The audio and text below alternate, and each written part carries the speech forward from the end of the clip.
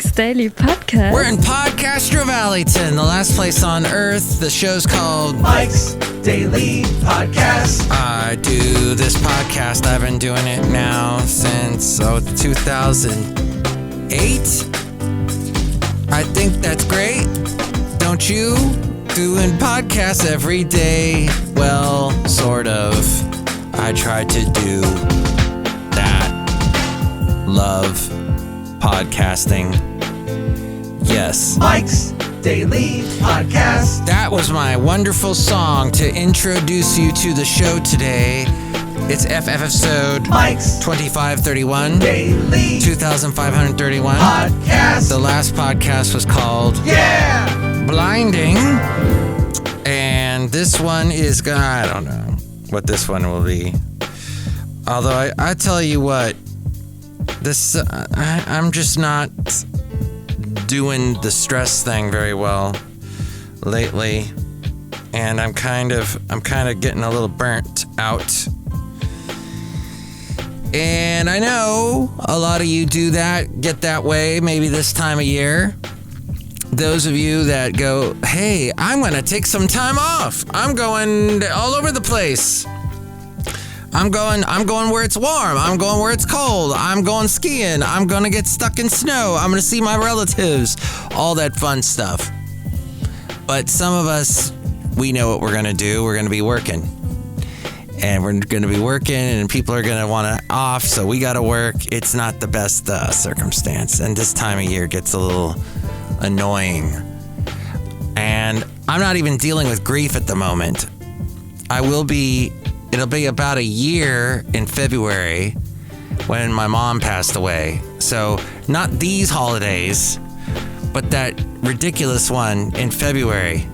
Oh, wait a minute. I'm supposed to like it because I am in a relationship. And we do. We have fun, my lovely lady friend and I, on Valentine's Day. But now... And here's today's podcast picture. It makes it more difficult because I lost someone important that day, my mom. So, which is ironic because she hated Valentine's Day, except for when she was in love. She had a boyfriend, someone that she met later in life, and they had 5 wonderful years together, thankfully. And they did enjoy Valentine's Day together, but overall she was lukewarm on the whole subject. But yes, the point is, it's a rough time of year for a lot of people. A lot of people going through stuff one way or the other. The late, great Basil the Boxer. He and I used to go on some nice walks and check out the nice Christmas lights this time of year. And I took a picture last night. Was it last night? Maybe the night before. Very recently. Of this very nicely decorated house in Podcastro Valley. See it and get it in the holiday spirit. The Christmas spirit moves you when you look at this picture. Mike'sDailyPodcast.com. Or you can be a Scrooge. Or you can say Merry Christmas to somebody right now, and then they get a little bit like, that's a little too early. It's only the 11th. Can we put a little more space, a little time on this? But it's interesting.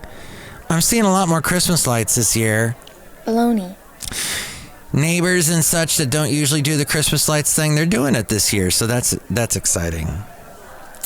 But I'm having a lot of stress. It's just that I'm having difficulty. I'm in an area at my job where I'm trying to keep everything consistent and in a way, in a structure that I know works and that's gonna work into the new year. But then the new year is very problematic, and a lot of companies are letting people go.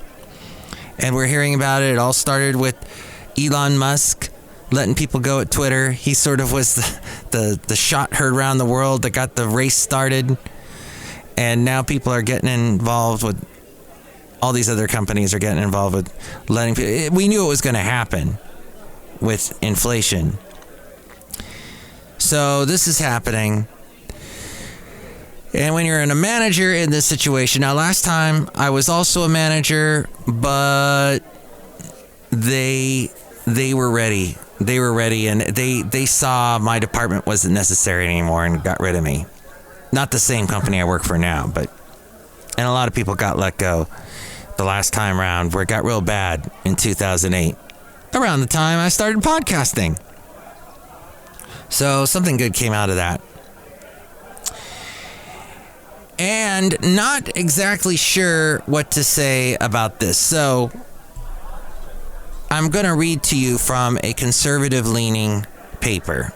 They said, Brittany Griner, the WNBA star who was held for months in Russia prisons on drug charges, was released Thursday in a 1-for-1 prisoner swap for international arms dealer Victor Bout. This is who Joe Biden just freed. Oh, National Review. In 2010, John Brennan, Obama's deputy national security advisor for Homeland Security and Counterterrorism, said in an interview that capturing and trying Victor Bout was crucial to thwarting the flow of illegal arms sales to dangerous terrorist entities. And there is it in this. It says, I guess Benny Johnson said this. Meet Brittany Griner and Marine Paul Whelan, both Americans, both convicted in Russian courts on dubious charges, both serving multi-year sentences in Russian prison. And this Benny Johnson says, Brittany hates America. Paul served America. Guess which one Biden trading a terrorist to free? So that is, and we jump over here to what Yahoo wrote about it. The Biden administration has garnered criticism for failing to free former U.S. Marine Paul Whelan, who Russia has imprisoned for 4 years on espionage charges that Whelan vehemently denies. Denies. Conservatives have also attacked the administration for freeing Bout, a notorious arms dealer who delivered weapons to multiple sanctioned regimes. However, the White House has defended its decision, indicating Russia refused to release Whelan and portraying the move as either bringing Griner home or neither of them. Even as we're welcoming someone home, as we go outside a cafe anyway, we're bringing Mike's Daily Podcast somewhere in Podcastro Valleyton, we still have work to do. So as I'm shaking Brittany's hands and we're talking to the taking to the aircraft and having this great conversation, my brain is already thinking about Paul Whelan. What can we do to get him back? This was Carstens, who is the Roger Carstens, the special presidential envoy for hostage affairs, who traveled with Brittany Griner back to the U.S. after her detainment in Russia. And apparently she talked a lot on the plane. Okay, so the conservative side is going to say, and the Democrat side is going to say, well, it was, at least we got you something. So, yes, there's a lot of work to do. That's what, if you listen to one form of media. So I think the last podcast I was talking about a little bit how media gets bashed either way. Either side bashes media these days. It is not good to be in media these days. You are going to be bashed by the right wing. What in the world was that about? Conspiracy theorists and the left wing conspiracy theorists. What's a left wing theory conspiracy theorist? What are they saying? They're saying that the media at large is not talking about climate change enough. That they're not exposing more what oil companies are doing. Who's the big polluters, who they are. They're not talking about that. And they should be. And it was interesting because I was listening to a show where there was a conspiracy theorist talking about all the crazy conspiracy theories on the right. But then the host said, well, what about, I believe that the media is not talking enough about what's happening with climate change. And this conspiracy theorist debunker said, oh, no, that's true. Yeah, media isn't talking enough about it. That conspiracy theory is true. So I don't know what to believe, but bashing the media. Here's what you need as far as you need to understand with the media, and that is there is an agenda. They want lots of viewers. They want lots of listeners. They want lots of readers. And they all have a strategy for doing it. Maybe it's appealing to you that are conservative. Maybe it's appealing to you that are more left-leaning. Whatever it is, they've got an agenda. They got to make money. So either one takes the tack. One takes the tack that, they just feel like saying all media is left-leaning and look at us. We're showing the truth. We're more conservative. And then the left says something more like the conservatives, they just attack and they're conspiracy theorists. Look at us. We have the truth. And then we'll give you a tote bag because you're listening to us. Whatever it is. Fox News said that President Biden's administration is furious that Congress is poised to remove the military's universal vaccine mandate, a major concession to Republicans on Capitol Hill. Biden and Defense Secretary Lloyd Austin had been pushing Congress to keep the vaccine requirement as a non-negotiable, but Republicans appear to have successfully negotiated an end to the policy in exchange for passing the military's budget proposal. According to the Washington Post, Biden officials argue ending the mandate will cost lives, while Republicans say they are standing up for individual autonomy. CNN says the provision to rescind the military's COVID vaccine mandate comes after congressional Republicans pushed for its repeal. In a statement Tuesday night, the House GOP leader, Kevin McCarthy, said the end of President Biden's military COVID vaccine mandate is a victory for our military and for common sense. I guess, so I know some people now that are, and they take offense to this term, but they are anti-vaxxers. Simple enough. I mean, just embrace it. Obama embraced Obamacare, embrace being an anti-vaxxer. And that is, they have proof. They have things that, one person said their mom died because of getting, she was a senior and she got the vaccine, the one that they were pushing back in February, and that's apparently what caused a aneurysm. That's what she believes anyway. I don't know if there's any proof, if she ever found any proof, but so if people have actual fears for it, maybe it shouldn't be pushed on them. And I understand as an American, we get a little bit touchy when it comes to having to be forced to do anything.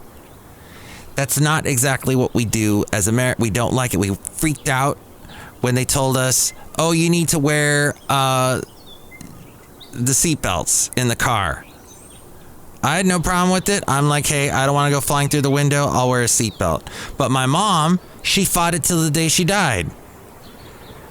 Every year I'd go visit her in Florida, and she'd have me drive her around in her car. She'd pull up. In fact, the last time I saw her was last year in October, and my lovely lady friend and I flew to see her. It was the first time my lovely lady friend met her in person, and we're waiting outside the airport, and she had texted us or called us. She never texted. She called and said, hey, okay, I'm coming around. And we saw her car, and my lovely lady friend said, is anyone driving that car? Because my mom was so low. She was so tiny. And she was so low in the chair. It was just a tiny little bit of her hair popping up over the steering wheel. So she pulls up and I'm like, Mom, yeah, give her a big hug. And I get into her chair. She gets out, help her around to the passenger side. She gets in the passenger seat. And then I go back over to the driver's seat because I'm going to drive now. She was not a good driver. And there was the seatbelt.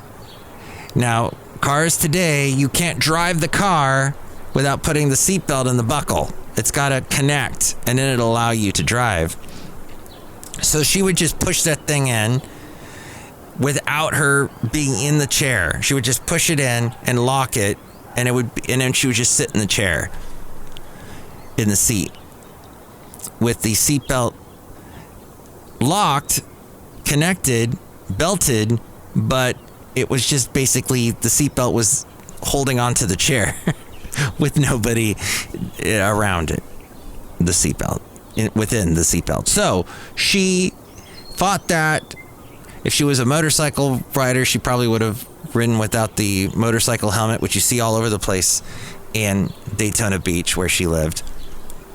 In fact, the guy that picked us up from the airport when we were there in February after she passed, he was talking all about, I ride around my motorcycle without a helmet, and, I've had a couple crashes, falling on my head, but I'm fine. Anyway, Cafe Anyway, that's the way it looks. I've done a complete summation of the whole thing, haven't I? From both ends, both sides, whatever. I like to play on the side of caution. Maybe you don't. But maybe you don't like to have stuff pushed on you. Now, is the guy walking around at work who's got COVID and he's coughing on me, but he hasn't had a vaccine? Is that causing me danger that he hasn't had a vaccine and he's getting COVID? Well, it's actually hurting him more because I've gotten the vaccine. And if he coughs on me, I have a better chance of getting through it than he does. But hey, I'm wearing the mask all the time. When in 2020, whenever I went out and wore a mask, the whole year I didn't get sick with anything. So I'm like, hey, maybe masks do something. No, a lot of people who are anti-vaxxers fight the mask stuff as well. But it's a fascinating concept that we as Americans fight with. And the world at large is starting to fight the whole concept of being forced to do this and that. It's been a couple years. We're getting antsy. But here we are outside a cafe anyway, somewhere in Podcaster Valley. Speaking of antsy people, look who's here. Hello, my Matthews. It's Chely Shoehart, gift shop supervisor. I have a lot of snow globes I'm selling this time of year, Mike Matthews. You sell snow globes all year round. What are you talking about? Yeah, you should buy one, Mike Matthews. I bought one from you and it exploded, so I'm not that big of a fan of your snow globes. That's why people like them. They explode, Mike Matthews. It's dangerous. Mike, do you want to live on the wild side? Buy one of my snow globes and don't get vaccinated. Okay, thank you for that tip. Look who else is here. Oh, Mike, this is Floyd the Floorman. And this is John Deere, the engineer, Mike. It's been great standing outside of Cafe Anyway with the rain falling on us. Yeah, all this rain. We need it here. That's what we say in the Bay Area. We follow up every time we talk about the rain with we need it. But in California, we always need it. That was something my mom would always talk to me about. The weather in California, how we're always in a drought. She goes, you guys could get so much rain and you'll still be in a drought. And I would say, I know, Mom, I know. But listen, let's go back in time, shall we? To a simpler time, a better time. Whenever people talk about the past is always glorious. Even though if you actually got in a time machine and went back to that past, it would probably, you'd be horrified. They did what? Everybody smoked? In the 1960s, I was watching a thing today about Thunderbirds. The Thunderbirds, the little marionette, super marionette. They were little marionettes, little puppets. And later they made fun of it in Team America. But these little puppets, they're like flying around spaceships and stuff. And they shot it like it was real drama. And it was like people died. These puppets, some of these puppets died in this show. They tried to make it that realistic. And they also have the puppets smoking because it's the 1960s. It's the Mad Men era. And these puppets are smoking. I don't know how they did this stuff. Is it Jerry Anderson who did this? Huge in England. It cost a lot of money at the time. $40,000 to make an episode, which was incredibly a lot of money in the 60s. Something like doing a Doctor Who episode back then cost 1/3 of that, maybe 1/10 of that, some crazy thing. So no, we're not going back that far though. We're just going back 20 years to back when I was on the radio and we were doing the country music thing and people were calling in and it was an interesting time. And let me play you a little bit of this. This is the segment. Let's go back with Matthew. Let's go back with Matthews. That's what it is. Okay, here we go. We're going back. CR taped it. If it didn't, I'll have to kill it. Dwight Yoakam right now with Fast As You. It is Crazy Callers Friday. And this is Matt Michaels. Let's get this party started now! I didn't play that part, but just before that, I was talking about how I would have to kill my VCR because I was taping Reba.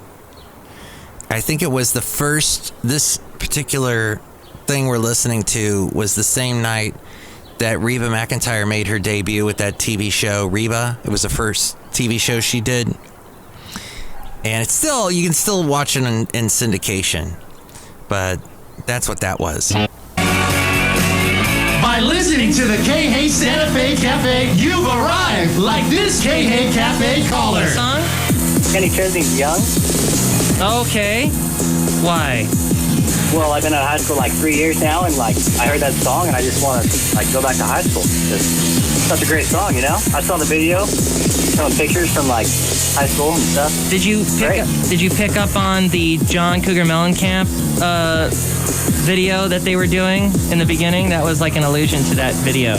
Jack and Diane. Yeah. 650 KJY.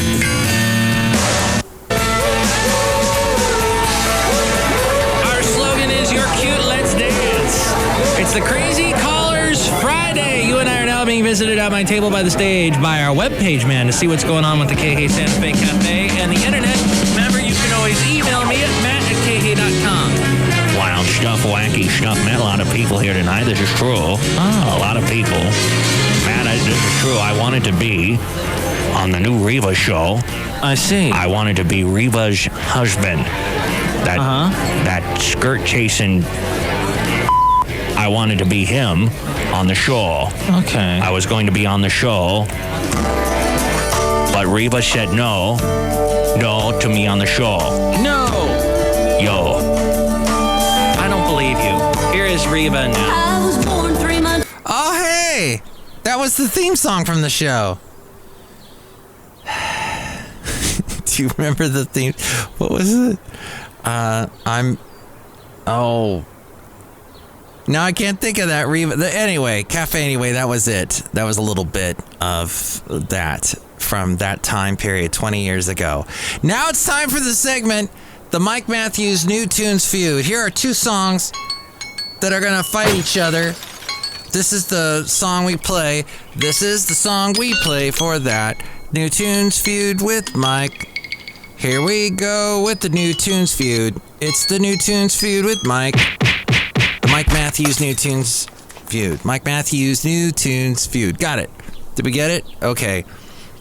This song is by a group called The Dare, and this song is called Girls. Fun, cause it's me, just for fun. I like girls who make love, but I love girls who like to. Whoa.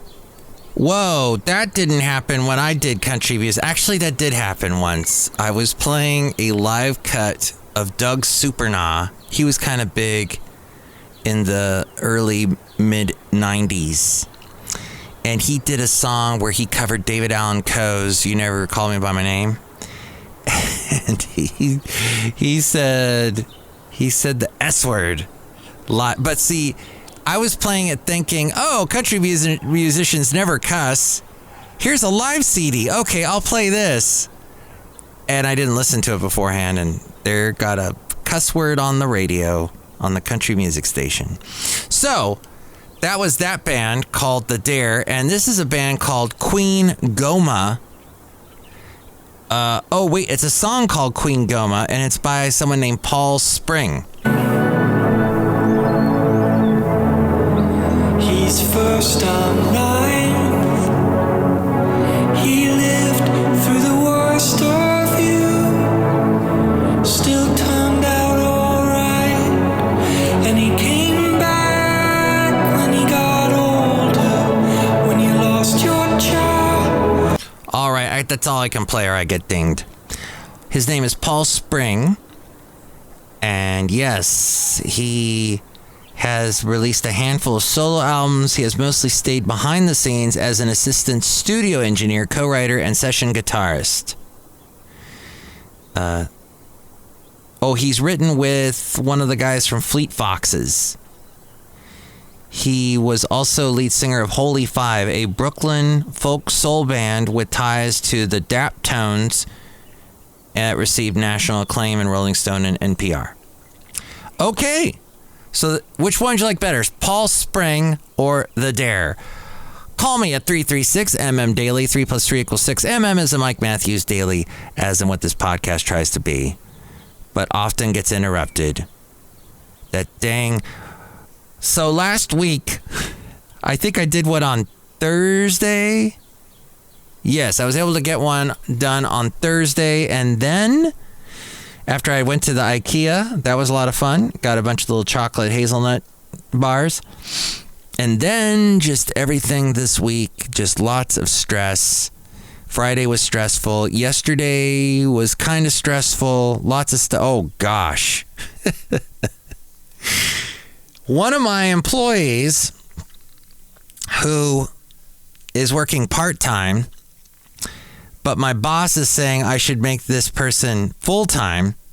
Well, this person that he wants to be full-time put one station on another station. Somehow made one radio station suddenly start playing on another radio station. And this person couldn't tell me how they did that.